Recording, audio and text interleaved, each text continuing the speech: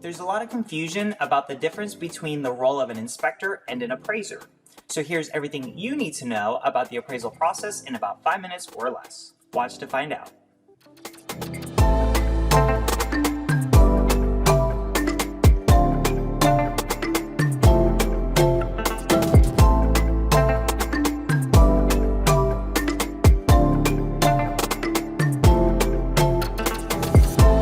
Hi everyone, I'm Justin Adams, a real estate agent serving the amazing people of the greater Orlando area. Today, I'm excited to talk to you about 4 main components of an appraisal. If you buy a home with a loan, the bank will send an appraiser. Unlike an inspector, the appraiser's sole purpose is to protect the bank's investment in your home.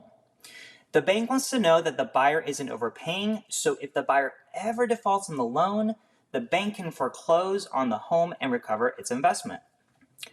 To determine the home's value, the bank's appraiser will compare properties similar to yours that have recently sold in your neighborhood. These are called comparables, or comps for short. In addition to comps, the appraiser will also consider things like the home's condition, the age, and size to determine its value. Now, once the value has been determined, you'll receive an appraisal packet with all of the details. Here are the 4 main components of an appraisal. Number 1, a walkthrough.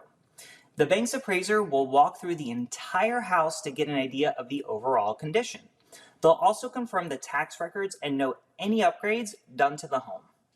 Number 2, home details. After the appraiser completes the walkthrough, they'll compile all of the details of the house into their appraisal software.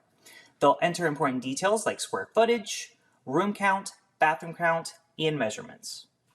Number 3, comparables. The appraiser will find comparable homes that have sold recently in the area.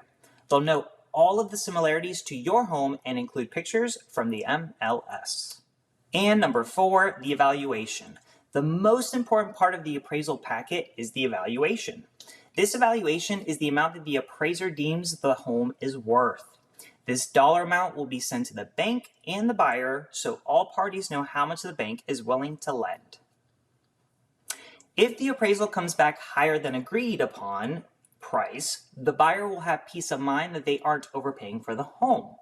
But the seller may not be so happy, as they may see it as they lost potential net income. On the contrary, if the appraisal comes back lower than agreed upon, then the buyer may feel like they're the ones getting the raw end of the deal and demand that the seller lowers the price, which means less money in the seller's pocket.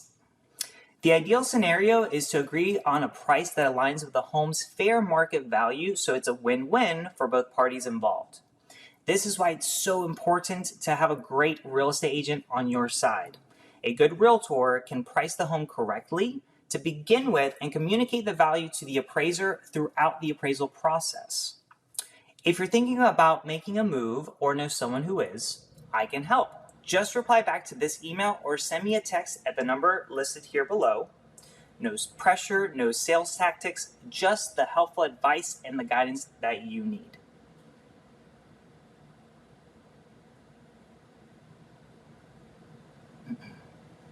And finally, if you're not thinking about making a move just yet, feel free to save this video for future reference so you can come back to it.